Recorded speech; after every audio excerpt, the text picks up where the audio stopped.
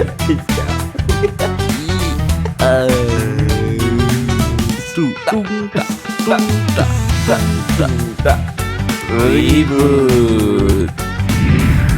Assalamualaikum warahmatullahi wabarakatuh. Selamat sore teman-teman. Masih kuat puasanya, masih semangat. Bapak Rizal. Alhamdulillah setengah perjalanan. Oke. Aman. Tidak terasa loh teman-teman. Ini udah setengah bulan Ramadan nih ya. Betul. 15 Tinggal hari. setengah bulan lagi teman-teman. Bulan yang suci ini akan meninggalkan kita.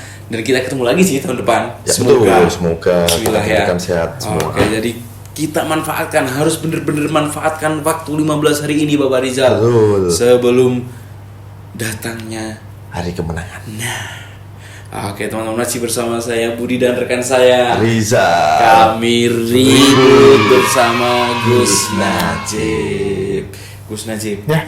Ini sore hari ini saya tuh mau kayak berkeluh kesah Gus ini Gus. Gimana? Jadi gini Gus, kan kalau bulan Ramadan gini kan amalan-amalan yang dianjurkan gitu kan, kayak salah satunya itu membaca Al-Quran Ya. gitu. Itu yang kemarin kita bahas ya. Nah, tadarus Al-Quran gitu ya Gus ya.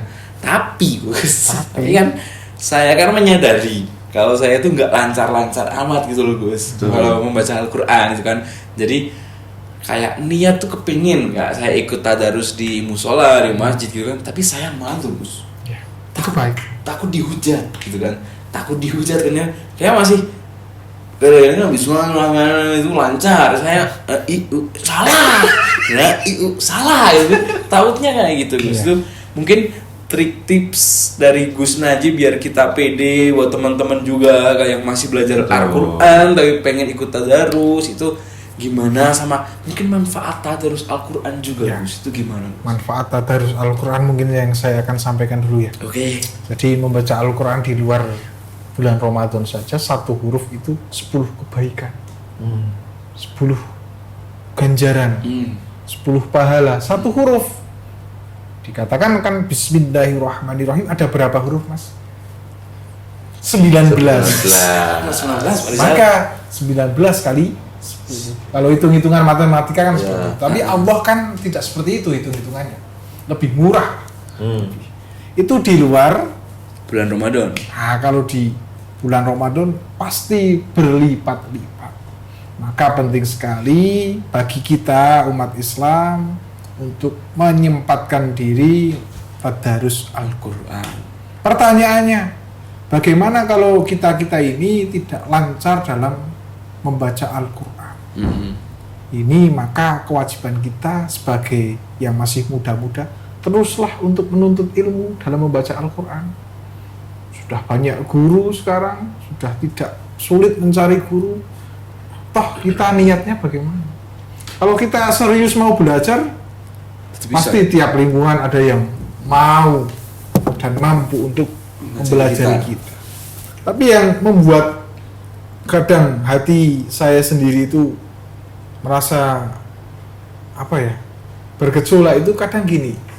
Ketika orang-orang itu memaknai tadarus Al-Quran harus dengan speaker, Ya.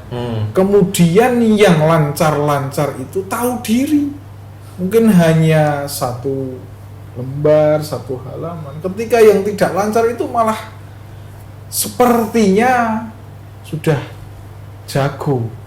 Maaf ya, memang seperti itu. Ya. Kalau yang kiai, yang santri itu kan secukupnya saja. Kadang-kadang masyarakat umum, masyarakat awam itu malah lebih banyak, padahal itu bacanya keliru kabeh.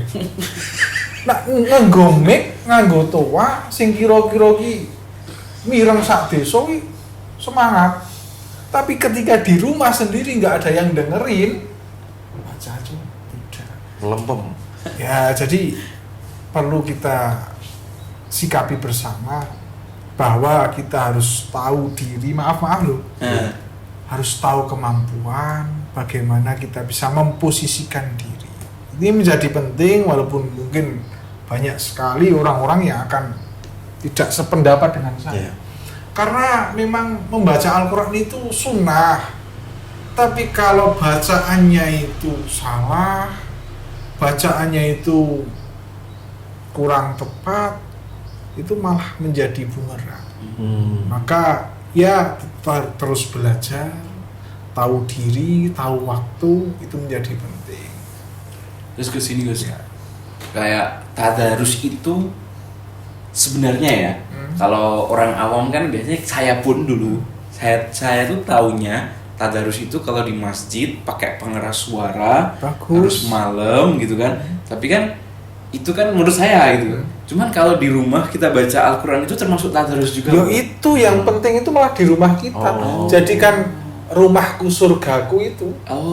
Jadi perdengarkanlah di rumah-rumah kalian itu ayat-ayat suci Al-Quran. Berarti itu nggak harus pakai speaker aslinya ya? Ya kalau pakai speaker kan niatnya dakwah, gitu. Niatnya untuk mensiarkan. Tapi ya jangan kebablasan, masa ada tadarus jam 12 sampai jam 12. Bahkan uniknya lagi ketika toa-toa di masjid itu mati, terus takmir bikin kesepakatan udahlah pakai salon indoor yang tadarus itu sedikit. Karena memang ya dianggapnya itu seluruh desa mendengarkan. Padahal nggak begitu juga ya. Gus, tapi ini yang menarik Gus, dengan tadi ada kata syiar itu, apakah kita yang tidak tadarus itu terus mendengarkan tadarus itu juga mendapatkan pahala? Itu pahalanya lebih besar dari yang membaca. Iya. Jadi orang yang membaca Al-Quran dengan yang mendengarkan bacaan Al-Quran itu pahalanya lebih besar yang mendengar. Apalagi kok tahu maknanya, terus mendalaminya, kemudian melaksanakannya, itu lebih banyak sekali pahalanya. Tapi intinya memang di dalam bulan Ramadan kita harus memperbanyak tadarus Al-Quran. Sempatkanlah waktu, biasanya tidak ada kesempatan di lain bulan Ramadan, kita bisa khatam 1 kali baik, 2 kali lebih baik, 3 kali lebih baik. Jadi manajemen waktu harus kita manfaatkan, bagaimana strategi dalam ibadah itu menjadi penting. Terus satu lagi Gus nih. Boleh. Masih ada aman ya nanti. Itu kalau udah matang takjil biar dipanggil gitu. Jadi gini lagi Gus. Kan kayak Gus Fian bilang juga kalau kita tadarus Al-Quran tuh lebih baik lagi kalau kita tuh tahu artinya ya. Iya. Kan. Sementara saya kan selama ini kan di rumah juga Al-Quran tapi itu nggak ada terjemahannya gitu, saya nggak tahu artinya gitu kan.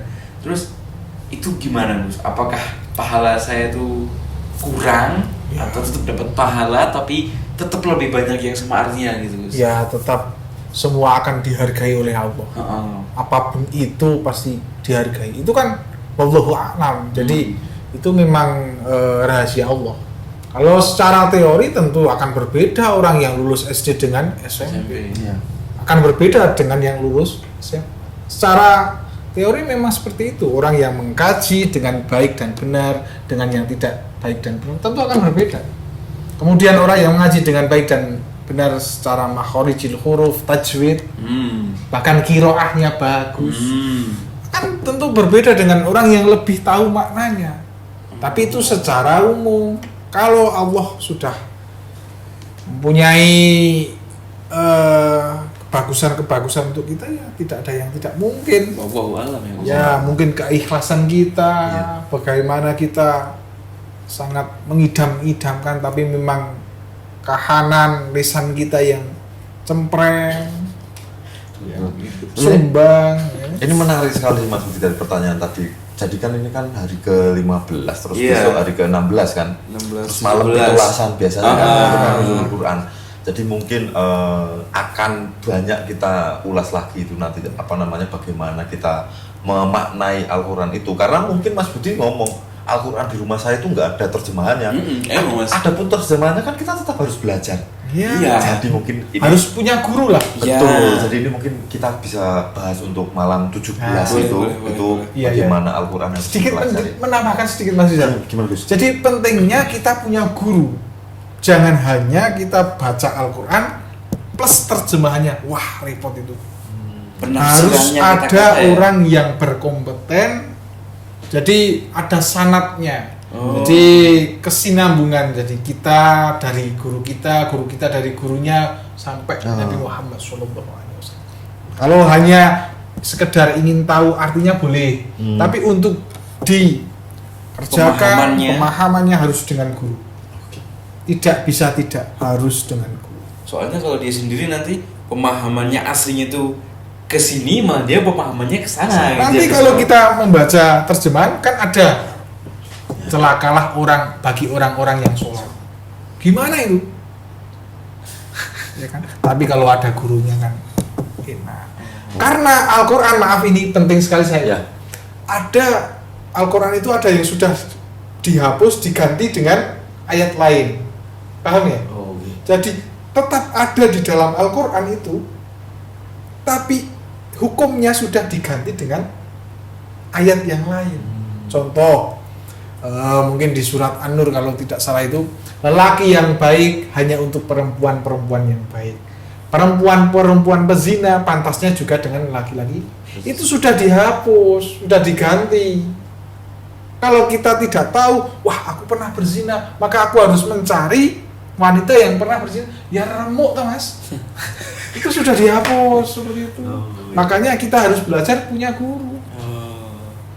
Itu salah satulah, nanti tidak kepanjangan. Intinya Quran yang kita punya sekarang itu, terjemahan yang kita punya harus digurukan. Karena ternyata hukum-hukum itu ada yang sudah diganti, termasuk mungkin kalau menambahkan biar tambah wawasannya ya, minum homer.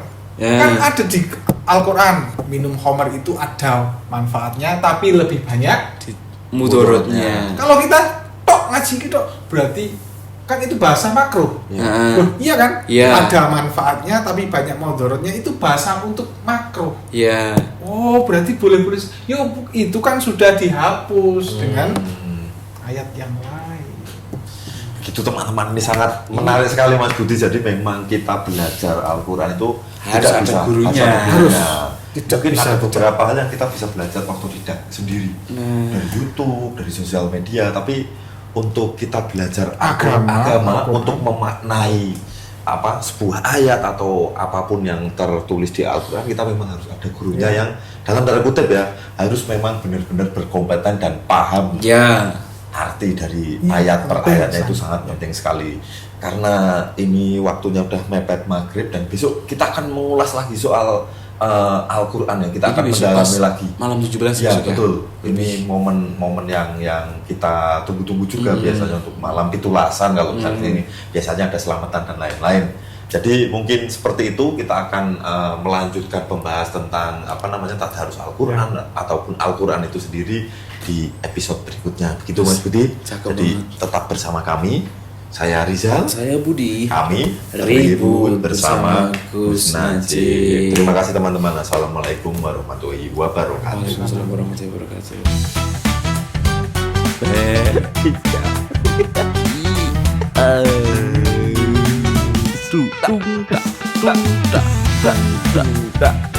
Ribut.